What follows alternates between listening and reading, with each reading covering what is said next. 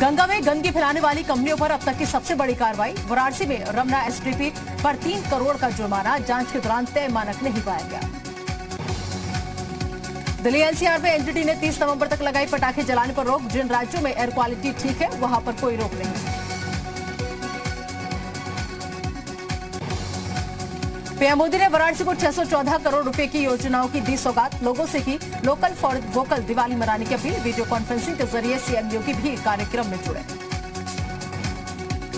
दिवाली में चीनी उत्पादों को टक्कर देने के लिए वाराणसी में एक युवक ने सोलर झालर बनाई है। श्याम चौरसिया नाम के युवक ने एक ऐसी झालर तैयार की है जिसमें 2 सोलर बैटरी लगी है और युवक का दावा है कि ये झालर 12 घंटे का बैकअप देगी।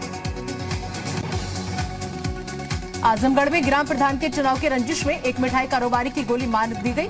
मिठाई कारोबारी की हालत गंभीर। बाइक सवार 3 बदमाशों ने इस सनसनीखेज वारदात को दिया अंजाम। घटना अहरोली थाना क्षेत्र के गोपालगंज बाजार की है। मथुरा में सड़क हादसे में 3 लोगों की मौत हो गई। थाना हाईवे क्षेत्र के भरतपुर रोड पर देर रात एटा से भरतपुर की ओर जाते समय तेज रफ्तार टाटा 407 और ट्रेलर में जबरदस्त टक्कर से यह हादसा हुआ।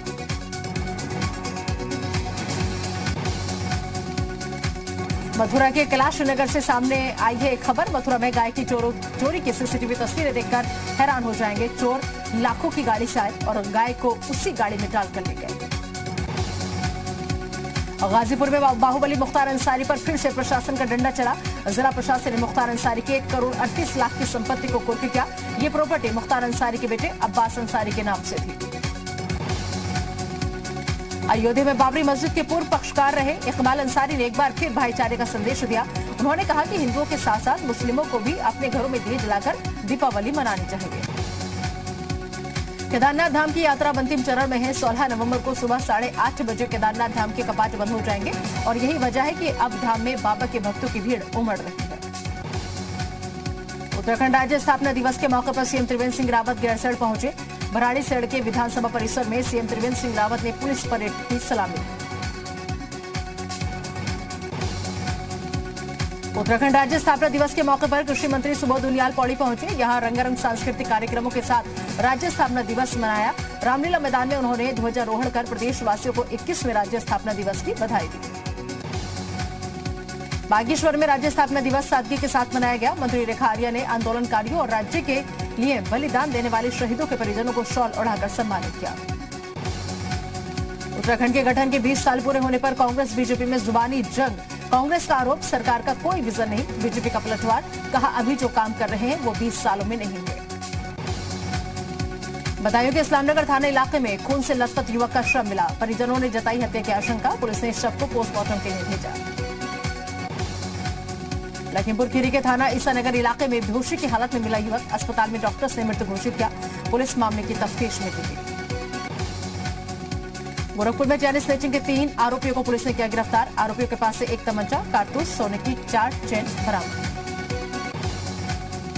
ललितपुर में पुलिस ने ट्रेन में यात्रियों के सामान चोरी करने वाले 3 आरोपियों को किया गिरफ्तार। आरोपियों के पास से लाखों का सामान बरामद। फर्रुखाबाद के बुढ़ाना मऊ में घर में फांसी के फंदे से लटकता मिला विवाहिता का शव। परिजनों ने दहेज के लिए हत्या का आरोप लगाया। पुलिस ने मुकदमा किया दर्ज। झांसी के थाना मऊ रानीकोट क्षेत्र में संदिग्ध परिस्थितियों में युवक का शव नाले से बरामद। परिजनों ने प्रेम प्रसंग में युवती और उसके परिवार वालों पर हत्या का आरोप लगाया। प्रयागराज में चैन स्नैचिंग की वारदात को अंजाम देने वाले 2 आरोपियों को पुलिस ने किया गिरफ्तार। 82,000 रुपए नकद, जेवर बरामद। विधान परिषद चुनावों के लिए बीजेपी ने जारी की उम्मीदवारों की लिस्ट। बीजेपी ने 11 में से 9 उम्मीदवारों की लिस्ट जारी की। उन्नाव की बागरमऊ विधानसभा सीट पर हुए उपचुनाव का 10 नवंबर को आएगा रिजल्ट। कल 8 बजे से शुरू होगी काउंटिंग। सुरक्षा के मद्देनजर पैरा मिलिट्री फोर्स तैनात। अमरोहा के नौगावा सदात विधानसभा सीट पर भी हुआ उपचुनाव। मतगणना के लिए पुलिस फोर्स तैनात। कल आएगा नतीजे। यूपी में 7 विधानसभा सीटों पर हुए उपचुनाव के लिए कल आएंगे नतीजे। देवरिया सदर सीट पर हुए उपचुनाव की काउंटिंग कल सुबह 8 बजे से अग्रसेन इंटर कॉलेज में शुरू होगी। सुरक्षा व्यवस्था मुस्तैद। संभल में साध्वी प्राची का लव जिहाद को लेकर बयान। लव जिहादियों के लिए फैसला ऑन द स्पॉट हो। लव जिहादियों को बीच चौराहे पर फांसी दी जानी चाहिए। राजद्रोह के 2 आरोपियों को इलाहाबाद हाईकोर्ट से राहत। आरोपी अहमद अली और सुहेबुर रहमान की गिरफ्तारी पर चार्जशीट दाखिल होने तक कोर्ट ने लगाई रोक। रुद्रप्रयाग में जिलाधिकारी और उप जिलाधिकारी हटाए जाने के 4 दिन बाद भी पद खाली पड़े। जिलाधिकारी के नियुक्त न होने से प्रशासनिक काम रुके। उधम सिंह नगर के खटीमा में लगातार हो रही है अजगर निकलने की घटनाएं। आबादी वाले क्षेत्रों में वन विभाग ने जारी की एडवाइजरी। घटना होते ही तुरंत वन विभाग को करें सूचित। उधम सिंह नगर के खटीमा में दीपावली के मद्देनजर फायर ब्रिगेड की टीम अलर्ट, आग बुझाने की मॉक ड्रिल की। पूर्व सांसद बाल कुमार पटेल, कैलाश यादव, कैसर जहां ने थामा एसपी का दामन। अखिलेश की मौजूदगी में कई पूर्व विधायक और कई बड़े नेता समाजवादी पार्टी में हुए शामिल। पीएफआई एजेंट्स ने एसटीएफ को रिमांड देने के सीजेएम कोर्ट के फैसले को दी चुनौती। याचिका में कहा सीजेएम कोर्ट को रिमांड पर सुनवाई का अधिकार नहीं। बरेली में पेट्रोल पंप मालिक के साथ लूट का सनसनीखेज मामला आया सामने। बरही क्षेत्र में स्थित पेट्रोल पंप के मालिक और उनके सेल्समैन से 1,34,000 रुपये लूटकर बदमाश फरार। उन्नाव में तेज रफ्तार का कहर, ट्रैक्टर ने बाइक सवार को मारी टक्कर। हादसे में पत्नी और बच्चे की मौत, पति की हालत गंभीर।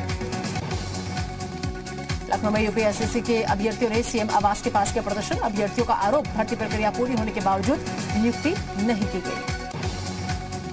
उत्तराखंड की महिला बाल विकास मंत्री रेखा आर्य का आईएएस पर बड़ा बयान, कहा सूत्रों पर आधारित खबरें विश्वसनीय नहीं, सीएम स्थिति स्पष्ट करें।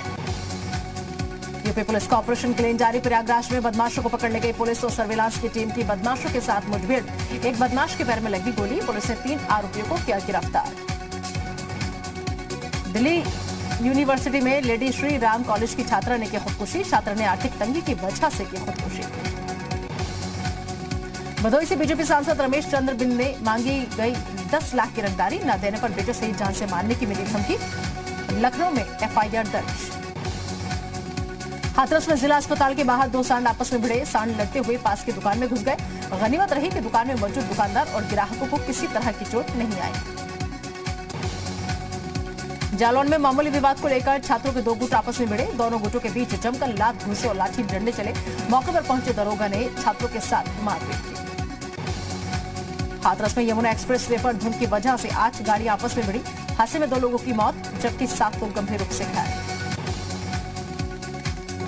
मौके पर पहुंचे पुलिस के अधिकारी, रेस्क्यू ऑपरेशन जारी। कोतवाली सराबाद इलाके के यमुना एक्सप्रेस वे के मिरावाली गांव के पास का मामला।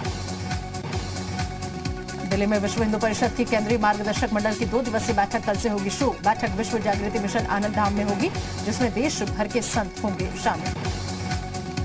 श्रीनगर नगर पालिका का निगम का दर्जा देने पर सियासत शुरू। कांग्रेस का तर्क, अगर नगर पालिका अध्यक्ष बीजेपी का होता तो सरकार ऐसा कदम नहीं उठाती। मंत्री धन सिंह रावत ने कहा सरकार सभी को लेकर आगे बढ़ेगी। देश में 24 घंटे के अंदर आए कोरोना के 45,000 से ज्यादा नए मामले। एक दिन में 490 लोगों की कोरोना से मौत। 24 घंटे में 48 से ज्यादा लोग ठीक भी हुए। मोहनलालगंज से बीजेपी सांसद कौशल किशोर की मांग, आलमनगर रेलवे स्टेशन का नाम बदलकर बुद्धेश्वर धाम रखने की मांग। हमीरपुर के मोधा कोतवाली क्षेत्र में एक दिव्यांग की दुकान में लगी आग। आग लगने की वजह से पूरी दुकान जलकर खाक। लखनऊ में 981 नए डॉक्टर्स की जल्द होगी भर्ती। जनवरी से शुरू हो सकती है भर्ती की प्रक्रिया। जम्मू कश्मीर से कांग्रेस नेता जहांजेब सिरवाल का विवादित बयान, कहा बाइडेन के आने से बढ़ी 370 की वापसी की उम्मीद। अमेरिका भारत पर बनाएगा दबाव। अयोध्या में भव्य दीप उत्सव की तैयारी पूरी। पहली बार श्री राम लला दरबार में श्रद्धालुओं के लिए वर्चुअल दीप जलाने का इंतजाम। प्रधानमंत्री मोदी भी वर्चुअल दीप उत्सव में होंगे शामिल। 28 साल बाद कानपुर के कंघी मोहाल के रहने वाले फहीमुद्दीन अपने भाई से मिलेंगे। 1992 में पाकिस्तान ने जासूसी के आरोपों में किया था गिरफ्तार।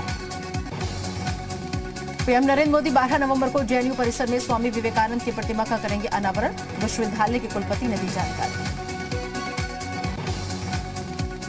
राष्ट्रपति चुनाव में हार के बाद डोनाल्ड ट्रंप ने इसे चोरी का चुनाव बताया। ट्रंप ने कहा अमेरिका में चुनाव प्रक्रियाओं में समस्या का पुराना इतिहास है।